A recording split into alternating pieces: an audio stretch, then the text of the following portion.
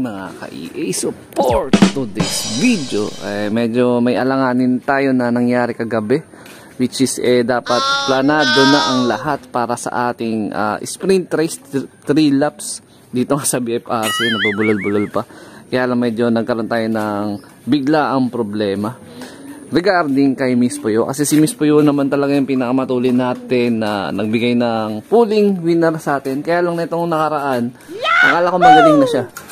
Ayan, medyo mas lumala yung kondisyon niya. Ayan, so meron tayong ipapatak sa kanya mamaya. Kaya lang ang problema, naubusan na ako.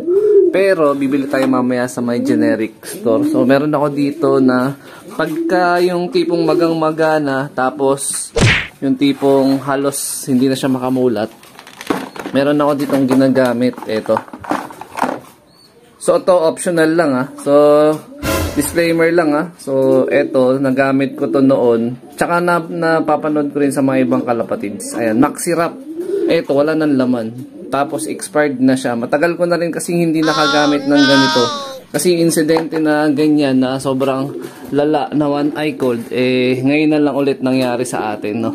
So nagulat ako, akala ko okay na siya. May binigay ako sa kanyang gamot. Yung mga kasabayan niya na mayroong mga sintomas, si Hanzo tsaka si Minato, nagamot na natin yun agad, no? Hindi na tumuloy yung mga one eye cold nila. Pero pagdating kay Miss Puyo, medyo tagilid. Ayan, kaya mamaya bibili tayo sa generic store ng ginagamit natin, yung Maxi Wrap nga. So yun, once a day, pinapatak lang, mga 2 patak lang. So matik yan, mawawala yung pamamaga. Ayan. So shoutout nga pala dun sa mga gumagamit na yan. Comment kayo dito sa ating, isa rin kayo sa mga gumagamit ng ganyan.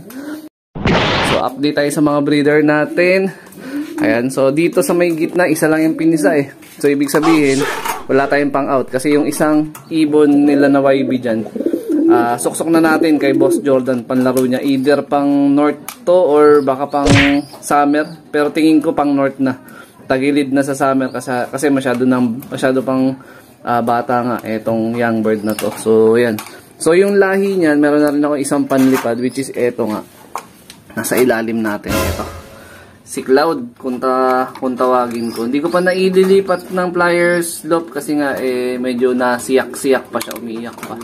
Pag nilagay natin to doon, siya yung pinaka young bird, possible mabubuli lang to. So gagawin ko dito, pagugulayin ko pa ng konti para at least kayang-kaya na maipagbardagulan ng kain dun sa mismong pliers stop natin. So yung sinama na lang natin sa training natin ngayong araw or yung kinarga kagabi is si Hanzo tsaka si Minato sa BFRC. So sa Sariaya, Quezon nga yung pinakabitaw nun, mga kalapatids.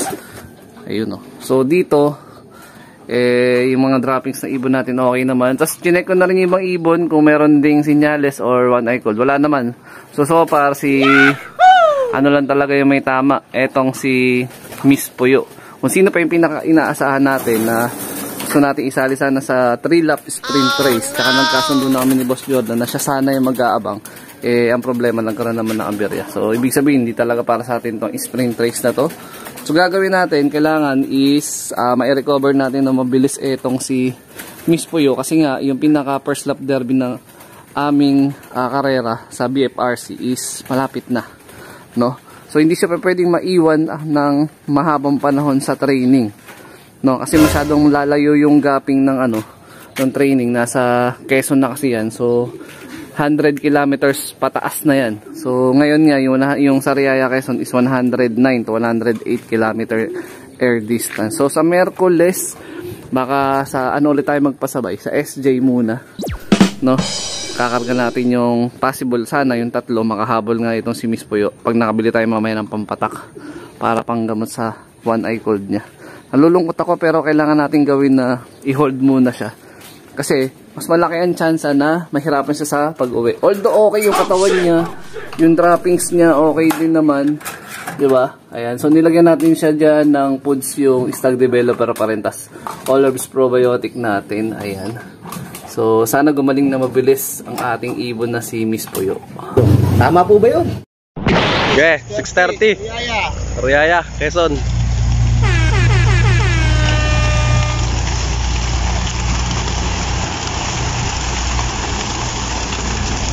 Wow!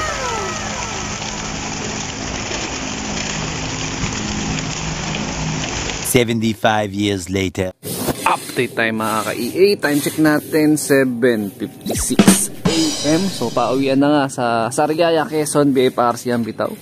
So napanood yung video, nag-release sila 6:30 ng umaga. Diyan mismo sa Sariaya, Quezon. Ayan, nagpatukan na ako ng mga ibon na nandito sa flyers loft natin. Ayan, para mamaya wala na ang sagabal dun sa pauwian natin mamaya dun sa dalawa. Kay Minato, tsaka kay Hanso.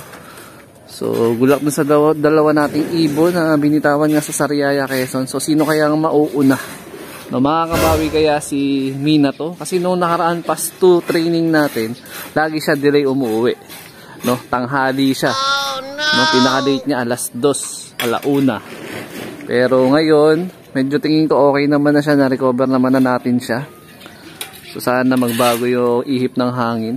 Umuwi man lang siya kahit mga past 8. Yung mga tipong kahit nasa 900 speedan lang yung pauwian. So napataan ko na rin si Miss Puyo. Nakabili na ako ng Maxi Wrap. Kaya lang ang problema, nagmahal na pala siya. Kasi yung huling bili ko noon ng Maxi Wrap nga 2021 pa, ano na ngayon 2023, almost patapos na nga ang taon. So yung dati ko naaalala na bili ko doon parang 190 or 180 pesos. So ngayon, pumapalo na siya ng 300 pesos.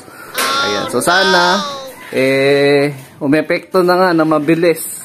Para at least may karga pa natin sa Merkules sa kabilang club ang ating ibon na Speedbird na si Miss Puyo.